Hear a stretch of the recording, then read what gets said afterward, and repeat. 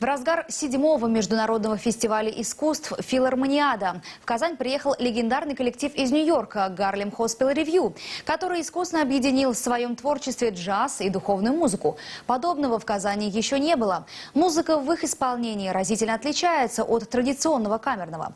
По мнению некоторых ценителей, это скорее кабаре-шоу. Группа хорошо известна в Америке, Европе и Азии. В Россию они приехали впервые, и пропустить такой фестиваль, как «Филармониада» в Казани просто не могли. Из Казанской филармонии репортаж Елены Черединой. Это только на первый взгляд. Разминка перед шоу проходила в расслабленном режиме. Более часа музыканты отстраивали звук аппаратуры. На сцене они творят джазовое кабаре-шоу, где церковная музыка звучит не так, как обычно, поэтому все должно быть идеально. Казань нами была выбрана. Почему? Казань, я лично всегда считал, что Казань — это один из городов интеллектуально-музыкальных, если можно так по-русски сказать.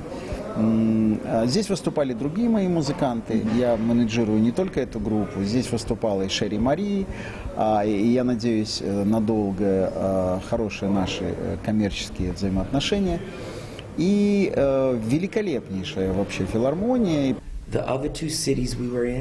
Мы привезли сюда невероятное шоу, которое с успехом прошло уже в других городах России. Мы видели, как люди реагируют, как вскакивают со своих мест. Весь концерт хлопают, стоят и в конце выходят к нам на сцену. Шоу превращается в единое действо.